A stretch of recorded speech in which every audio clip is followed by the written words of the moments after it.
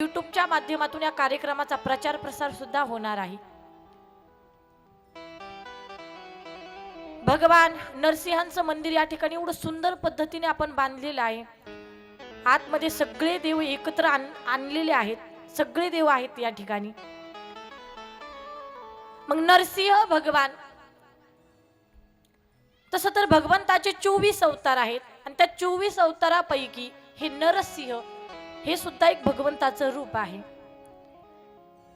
कदाचित नरसिंह भगवंताची कथा कुणाला माहिती असेल अथवा कुणाला माहिती नसेल, पण ज्यांना माहिती आहे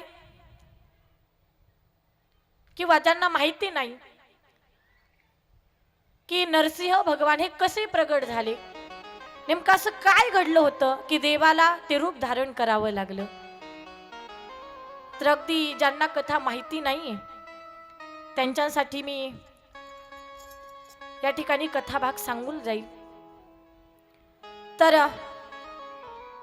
सत्ययुगामध्ये, तसं तर महाराष्ट्राच्या मातीमध्ये अनेक संत होऊन गेले, संतांची मांदियाळी महाराष्ट्राच्या मातीमध्ये आपल्याला पाहायला मिळते। तर त्या संतांपैकी भगवान परमात्म्याचे लाडके लढीवाळ असणारे भक्त नामदेव महाराज, तर हेच नामदेव महाराज सत्ययुगामध्ये भक्त प्रल्हाद होते आणि भक्त प्रल्हादाच्या रूपामध्ये भगवान परमात्म्याची एवढी भक्ती केली की आज जगविख्यात नाव झालं।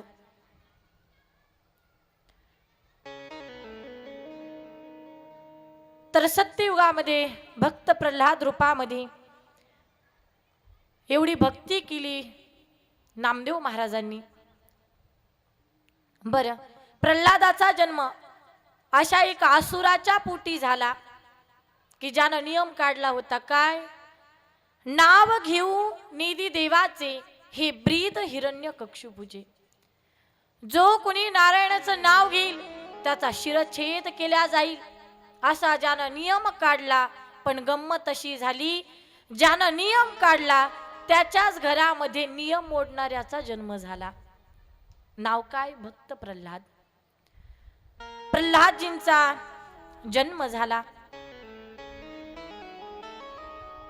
ते म्हणतात ना, देवाची करणी आणि नारळामध्ये पाणी। ज्यानं नियम काढला, ज्यानं कायदा काढला, कायदा मोडणाऱ्याचा जन्म त्याच्याच घरात झाला। तर भक्त प्रल्हाद हे त्यांच्या गुरूंच्या घरी अभ्यास घेण्यासाठी गेले, रोज शाळेमध्ये जाऊ लागले आणि भक्त प्रल्हाद खूप हुशार होते। जसं गुरूंनी सांगावं तसं भक्त प्रल्हादांनी बोलावं तसं करावं, एवढे हुशार होते। एक दिवस प्रल्हादांच्या गुरूंना वाटलं, रे आपण जे या राजाच्या पोराला जे शिकवलंय, एवढं हुशार मुलगा आहे हा, आणि याला मी जे जे शिकवलं हे जर यानं त्याच्या वडिलांना म्हणून दाखवलं तर राजा आपल्यावरती खुश होईल आणि खुश होऊन आपल्याला बक्षीस देईल काहीतरी। कुणाला वाटलं? प्रल्हादाच्या गुरुजींना। आले प्रल्हादाला घेऊन आणि एक दिवस हिरण्यकशिपूने विचारलं, बाळा गुरूंच्या घरी काय अभ्यास केला? बाबा, जीवानं भक्ती करावी, भक्तीशिवाय माणसाचं जीवन अपूर्ण आहे। एवढी भक्ती करावी, एवढी भक्ती करावी, बस त्या भक्तीमध्ये रंगून जावं, रात्रंदिवस देवाचं नामस्मरण करावं। आणि खरंच भक्त प्रल्हादांना भगवंताच्या भक्तीचा, त्यांच्या नामाचा एवढा छंद लागला होता। माझ्या मनाला लागो छंद, छंद माझ्या मनाला लागो छंद, नित्य गोविंद गोविंद, नित्य गोविंद गोविंद, माझ्या मनाला लागो छंद, छंद माझ्या मनाला लागो छंद। भगवान भगवंताच्या नामाचा एवढा छंद लागला होता. तर असे भक्त प्रल्हाद सांगतात, बाबा जीवानं भक्ती करावी, रात्रंदिवस भगवंताचं नामस्मरण करावं. हे कुणाला सांगताय?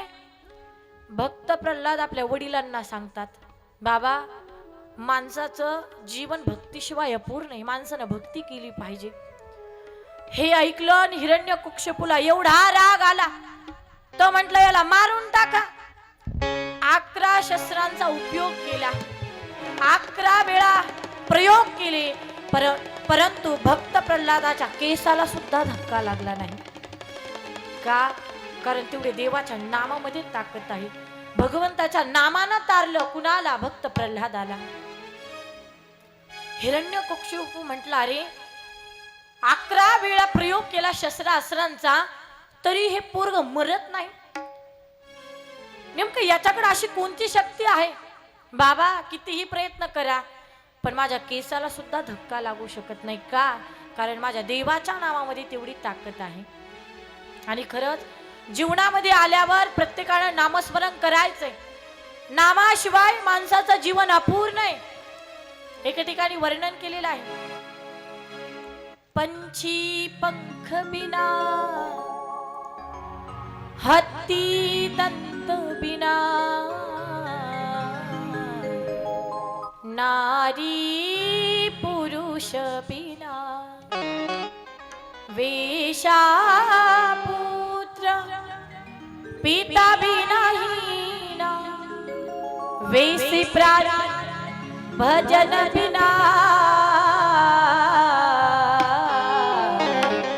सुमिरन करले मेरे मना तेरी, बीती उमर हरी नाम बिना. माणसाचं जीवन हे भगवंताच्या नामाशिवाय अपूर्ण आहे. म्हणून इथं आल्यावर प्रत्येकाला नामस्मरण करायचंय. तर भक्त प्रल्हादांवरती जे काही संकट आलं होतं, ते संकट देवाच्या नामानं तारल्या गेलं. हिरण्यकश्यपू म्हणतोय, अरे या पोराला किती मारण्याचा प्रयत्न केला तरी सुद्धा हे पोरग मरत नाही, काय करावं? असं म्हणून हिरण्यकश्यपू म्हटला, हे बघ या प्रल्हादाला दुसरं कुणीच मारायचं नाही. प्रल्हादा तुझं मरण माझ्या हातून होणार आहे, मी तुला मारून टाकणार आहे आता ठार. पण तुला मारण्या अगोदर तो ज्याचं भजन करतोय अगोदर मी त्याला मारणार, नंतर तुला मारणार. सांग कुठे तुझा देव? कोण म्हणताय? हिरण्यकश्यपू. नेमकं तुझा देव कुठे आहे? बाबा माझा भगवान नेमकं कुठे हे मला सांगता येणार नाही. का? कारण माझा भगवान परमात्मा सर्व ठिकाणी व्यापलेला. देव नटला नाना देव नटला नाना परी, देव नटला नाना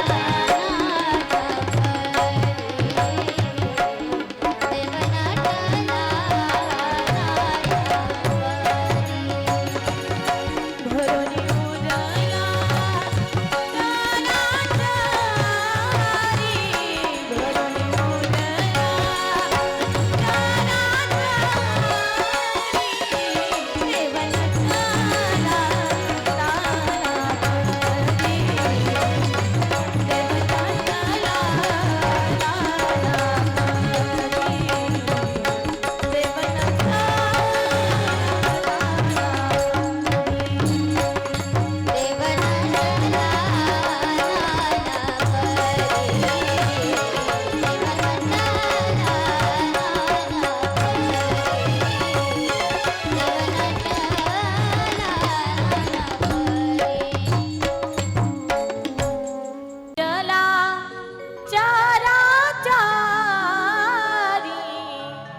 भरून उरला चाराचारी, देव नटला नाना परी, देव नटला नटला नटला नाना परी. विठ्ठल विठ्ठल जळी स्थळी भरला रिता ठाव नाही उरला. तुमच्या माझ्यामध्ये देव आहे, देव तुमच्यामध्ये आहे, माझ्यामध्ये आहे. या निसर्गातल्या प्रत्येक गोष्टीमध्ये पशु पक्षी झाडे बेली प्राण्यांमध्ये देव आहे. सगळीकडे माझा भगवान परमात्मा व्यापलेला आहे. माती पाणी उजेड वारा तू मिसळासी शैव पसारा. आभाळच मग आकारा तुझ्या घटांच्या उतरंडीला नसे अंतना पार. तू वेडा कुंभार विठ्ठला तू वेडा कुंभार. फिरत्याचा का वरती दिसी मातीला कार. विठ्ठला तू विडा कुंभार. मातीमध्ये पाण्यामध्ये सगळीकडे माझा भगवान परमात्मा विसारलेला आहे. प्रल्हादा, या खांबामध्ये तुझा देव आहे का? हो बाबा, या खांबामध्ये सुद्धा माझा देव आहे. या खांबामध्ये हो बाबा, या खांबामध्ये हो बाबा, खांबामध्ये आहे माझा देव. आता मी या खांबाला लात मारला आणि लात मारून तुझा देव ठार करणार. म्हणून हिरण्यकश्यपूने अशी खांबामध्ये लात घालणार. जशी लात घातली भगवान परमात्मा खांब दुभंगला आणि दुभंगल्या खांबातून माझे नरसिंह भगवान त्या ठिकाणी प्रगट झाले. नरसिंह भगवान की जय. नरसिंह भगवान प्रगट झाले. आवाज येत होता गुर्र गुर्र गुर्र गुर्र. रागामध्ये आहे आणि रागात आलेले भगवान परमात्म्याला हिरण्यकश्यपूने पाहिलं, पण एवढा विचित्र होता हा.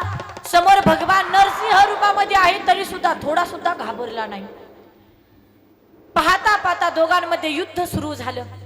युद्ध चालू झालं. भगवान म्हटले, हिरण्यकश्यपू आता मी तुला फाडणार. नाही देवा, तुम्ही मला फाडू शकत नाही. का फाडू शकत नाही? नाही देवा, तुम्ही मला मारू शकत नाही. आता मी तुला मारून टाकणार.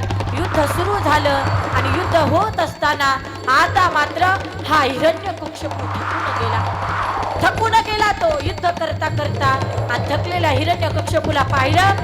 भगवान म्हणतात, आता मी तुला मारून टाकणार. नाही देवा, तुम्ही मला मारू शकत नाही. का मारू शकत नाही? कारण मला नराकडून मरण नाही, धड पशुकडून मरण नाही. भगवान म्हणतात, बरोबर आहे, माझं शरीर धड मानवाचं नाही आणि पशुचं नाही, धड मानवाचं आहे आणि मस्तक पशुचं आहे. मी नरसिंह आहे. मी तुला आता मारणार आहे, तुला फाडणार आहे. नाही भगवान, तुम्ही मला मारू शकत नाही. का मारू शकत नाही? कारण मला दिवसा मरण नाही, मला रात्री मरण नाही. भगवान म्हणतात, बरोबर आहे, आता धड दिवसही नाही आणि रात्र नाही. ही संध्याकाळची वेळ खास तुझ्यासाठी आहे. आता मी तुला फाडणार आहे. नाही देवा, तुम्ही मला मारू शकत नाही. का मारू शकत नाही? हिरण्यकश्यपू सांगत आहे, देवा तुम्ही मला मारू शकत नाही. भगवान म्हणतात, का मारू शकत नाही? देवा, मला घरात मरण नाही, घराच्या बाहेर मरण नाही. भगवान म्हणतात, बरोबर आहे, म्हणून तर मी तुला उंबरठ्यामध्ये घेऊन बसलोय. कारण उंबरठा अशी जागा आहे, ती धड घरातली आतली पण जागा नाही आणि बाहेरची पण बाजू नाही. म्हणून मी तुला उंबरठ्यावर घेऊन बसलेलो आहे. नाही भगवान, तुम्ही मला मारू शकत नाही. का मारू शकत नाही? मला शस्त्राने मरण नाही, मला अश्राने मरण नाही. भगवान म्हणतात, बरोबर आहे, कारण माझ्या तोंडामध्ये सुद्धा अस्त्र नाही आणि हातामध्ये सुद्धा शस्त्र नाही. मी तुला नखानं फाडणार आहे, पण तुला फाडणार आहे. नाही भगवान, तुम्ही मला मारू शकत नाही. हिरण्यकश्यपू बोलतोय, तुम्ही मला मारू शकणार नाही. भगवान म्हणतात, का मारू शकणार नाही? कारण मला आधांतर मरण नाही आणि मला जमिनीवरती मरण नाही. भगवान म्हणतात, बरोबर आहे, कारण मी तुला वरही मारत नाही आणि जमिनीवरतीही मारत नाही, याच्यासाठी तर मी तुला मांडीवर घेतलंय.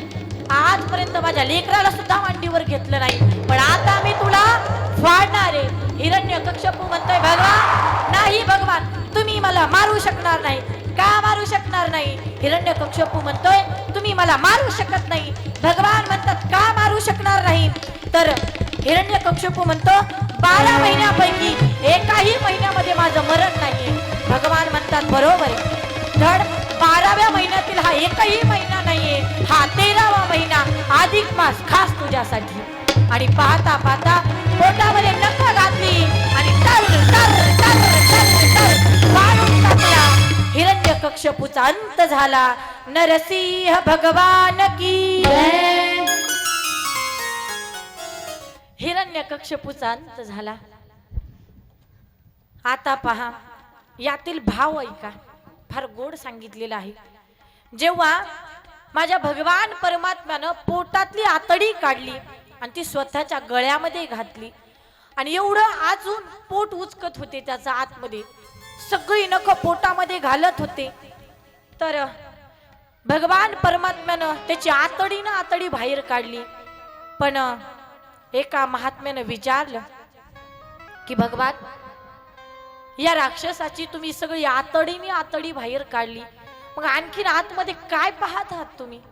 तर भगवान बोलले महात्मा मी याची आतडी बाहेर काढलेली आहे, पण याच कारण असं आहे मी अजून का पाहतोय, तर याच्या पोटातून प्रल्हादासारखं रत्न बाहेर आले. याच्या पोटातून प्रल्हादासारखं रत्न जन्माला आले. अजून एखादं रत्न कुठं दडून बसले काय ते मी पाहतोय. काय म्हणतात? याच्या पोटी प्रल्हादासारखं लेकरू जन्माला आलंय, पण आणखीन एखादं प्रल्हादासारखं लेकरू याच्या पोटामध्ये आहे का ते मी पाहतोय.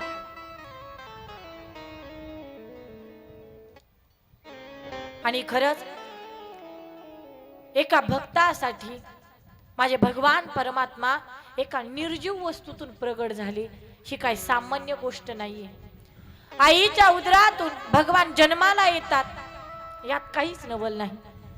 भक्ताच्या बोलण्यावरून भगवान वैकुंठावर न येतात, यातही नवल नाही. पण एका निर्जीव वस्तूतून भगवान भक्तासाठी प्रगट होतात, मग तो भक्त किती महान असेल, या गोष्टीचा विचार केला पाहिजे. तर असे नरसिंह भगवान परमात्मा भक्त प्रल्हादाची भक्ती पाहिली आणि भक्तासाठी माझे भगवान परमात्मा एका निर्जीव वस्तूतून सुद्धा प्रगट झाले. म्हणून पुन्हा एकदा जय जयकार करा, नरसिंह भगवान की जय. तर अशा नरसिंह भगवंताच्या जन्मोत्सवानिमित्तानं ही शिवकथा चालू आहे.